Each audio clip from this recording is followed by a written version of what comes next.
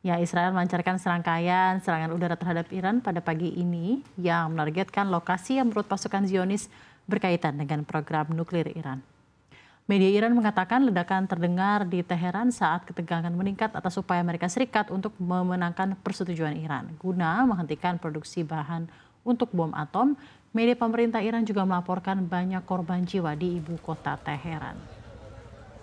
Serangan ini menewaskan Komandan Garda Revolusi Iran, IRGC, Hossein Salami.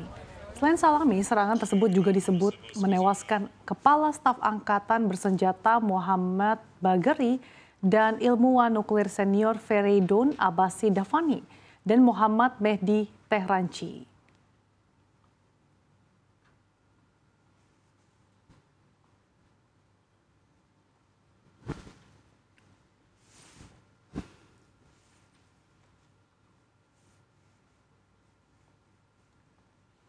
Perdana Menteri Israel Benjamin Netanyahu mengancam Israel akan terus melancarkan serangan ke Iran usai membombardir wilayah dekat Teheran termasuk sejumlah fasilitas nuklir.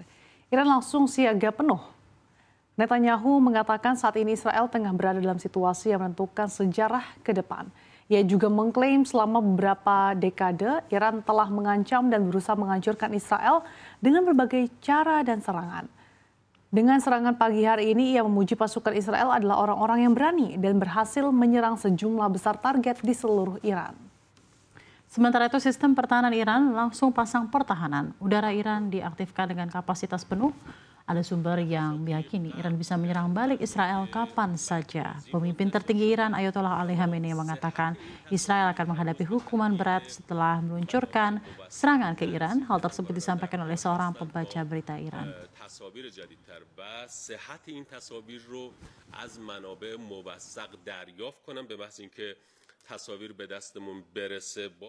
Kadang-kadang capek gitu ya saya, karena baru saja agak lega karena ada kabar mengenai negosiasi antara Amerika Serikat dan China yang mungkin agak sedikit cool down. Kita harapkan uncertainty di dunia ini agak mereda gitu ya, dinamika yang ada. Tapi tadi pagi gitu ya, bangun pagi langsung mendengar kabar Israel menyerang Iran itu rasanya tuh bikin makin dak-dikduk.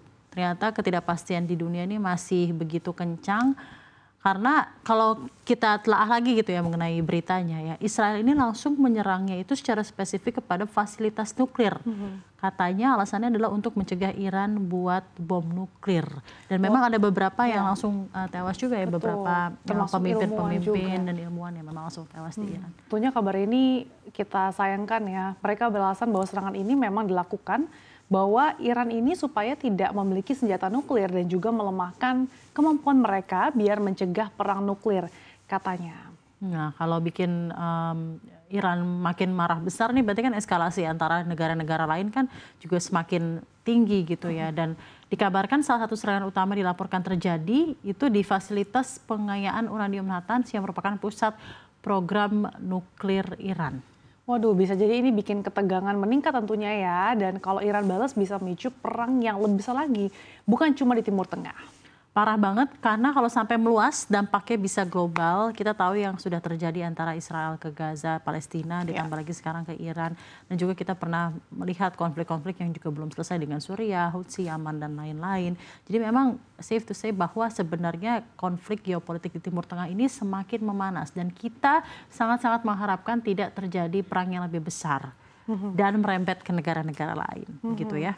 Dan tentunya khawatir ya, karena kita tahu bahwa Iran ini punya fasilitas nuklir. Tentunya dilema, karena Israel bilang ini tindakan preventif, tapi bisa juga kalau kita lihat dari segi resikonya, tentu saja ini konfliknya bisa makin runyam.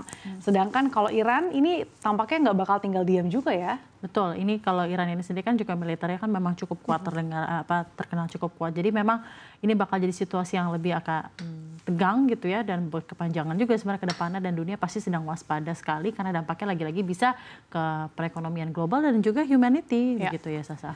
Betul, semoga ada diplomasi yang cepat ya sebelum keduanya ini masuk ke fase konflik yang lebih besar lagi.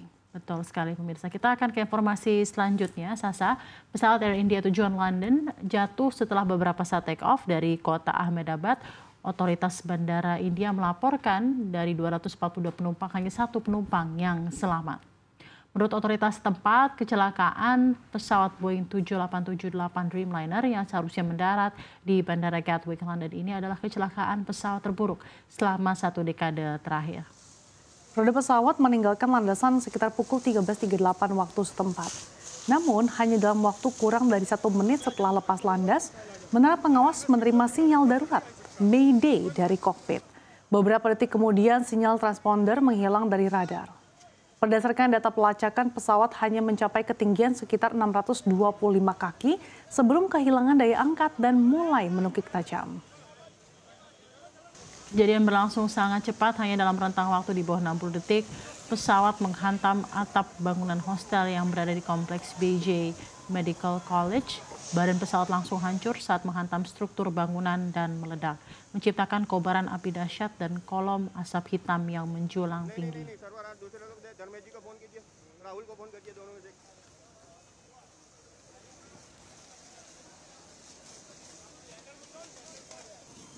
Iya, yang menarik ya, yang somehow juga sangat-sangat intriguing gitu ya dari berita ini. Tentunya kita turut berduka cita sedalam-dalamnya atas insiden ini. 241 korban tewas yang diakibatkan oleh kecelakaan pesawat ini. Tapi yang saya baca gitu juga ya tadi pagi dan sangat intriguing adalah ada satu-satunya korban selamat dari kecelakaan India di Ahmedabad yang bernama Mr. Ramesh ya. Jadi cukup merinding gitu melihatnya. Jujur merinding banget dengernya, tapi suatu mukjizat juga ya. Bayangin aja nih, Safrina, dari 242 orang dalamnya cuma dia yang lolos. Dia yang lolos satu-satunya dan dia duduk di kursi 11A, ini deket emergency exit. Dan posisi itu yang buat dia bisa cepat keluar pas pesawat sebelum nabrak. Kalau tadi saya baca sempat di beberapa berita, jadi Ramesh ini memang duduk di 11A persis di samping emergency exit. Dia itu langsung melakukan kesaksian gitu ya, bahwa ketika dia tahu pesawat akan segera menukik dengan darurat, dia itu langsung buka pintu darurat, memang langsung keluar dia dari pesawat. Tapi kan tetap aja itu dari pesawat dan dia lompat dari pesawat gitu ya. Dan sebetulnya kalau kita lihat lagi ya, kesaksiannya ini yang bikin speechless adalah dia tuh bahkan bilang lagi kalau 30 detik setelah lepas landas ada suara ledakan keras, terus pesawatnya jatuh. Nah kemudian begitu bangun dia udah lihat ada mayat di sekitarnya, kemudian langsung lari. Oh begitu, oke. Yang bikin haru juga abis itu dia langsung menelpon keluarganya dan Ramesh ini sempat melakukan video call kepada ayahnya hanya beberapa menit setelah selamat dari rentuhan, dan panggilan itu bukan dilakukan di rumah sakit ya. Dia masih di tempat itu, langsung di lokasi kecelakaan di tengah asap puing-puing dan korban berkelimpangan. Bayangin betapa paniknya ya situasi saat itu. Ya, survival mode-nya langsung cepat gitu ya, dan kayaknya memang cukup tepat juga tadi kabarin keluarganya langsung supaya tetap tenang. Meskipun memang yang pasti mental dan juga fisiknya pasti kena dampak berat. Kabarnya memang Ramesh ini mengalami luka di dada, kemudian mata, kaki, kemudian disorientasi juga, tapi kondisinya dikabarkan sudah mulai stabil. Ya, tapi yang juga sedih banget adalah ya memang karena dia hanya satu-satunya korban yang selamat di kecelakaan pesawat Air India kemarin. Ramesh kehilangan saudaranya aja, dia sempat minta tolong untuk menemukan saudaranya tersebut. Semoga keluarga korban bisa segera diberi kabar yang lebih jelas ya, dan tentunya ini menjadi peringatan keras bagi Boeing atas sejumlah insiden tragedi pesawat yang terjadi dalam beberapa tahun terakhir ini.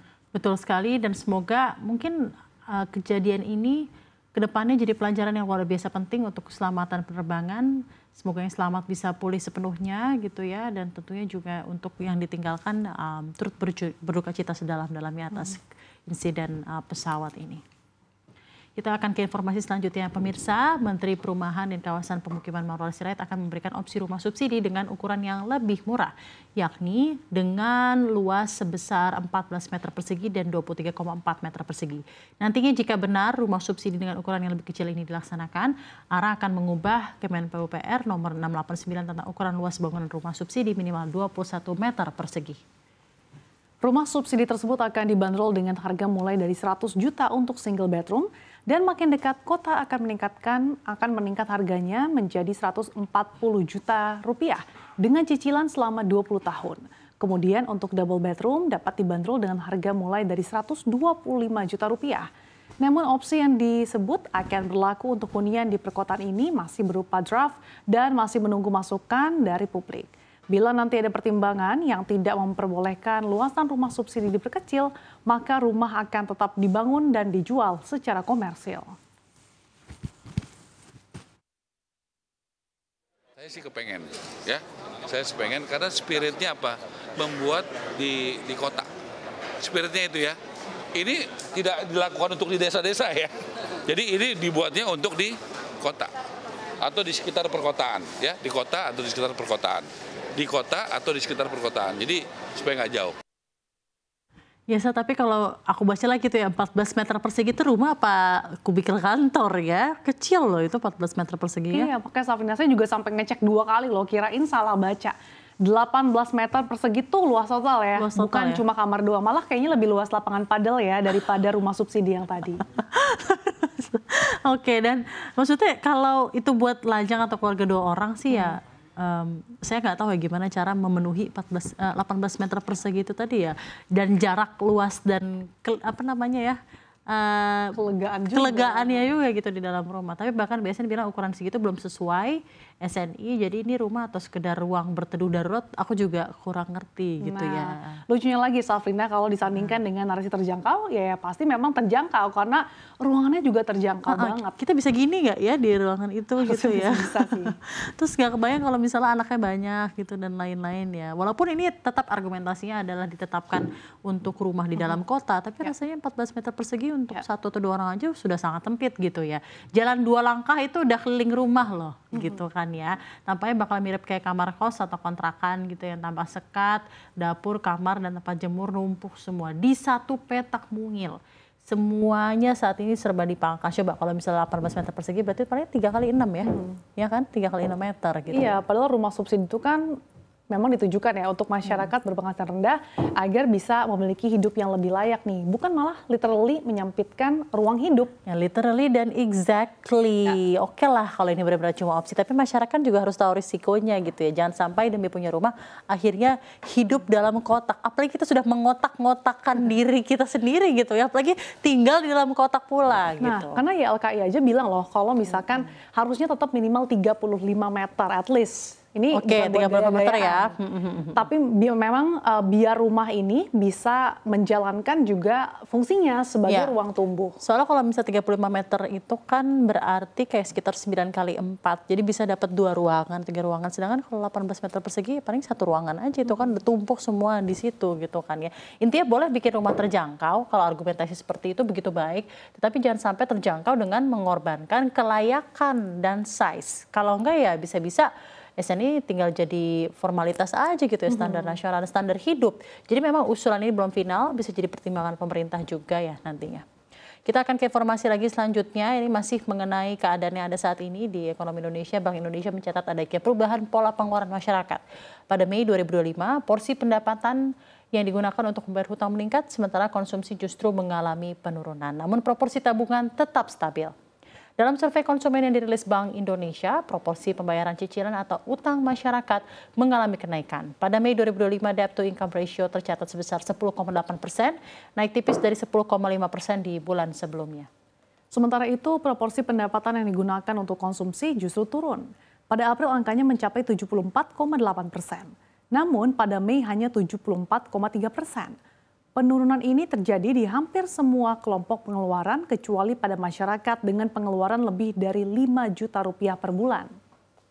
Di sisi lain kecenderungan menabung masyarakat terpantau stabil, rata-rata juga kalau kita lihat penduduk Indonesia menyisihkan 14,9% dari pendapatannya untuk tabungan. Menariknya peningkatan porsi menabung tercatat pada kelompok berpengeluaran 1-2 juta rupiah dan 4,1-5 juta rupiah, sementara kelompok lainnya justru menunjukkan penurunan.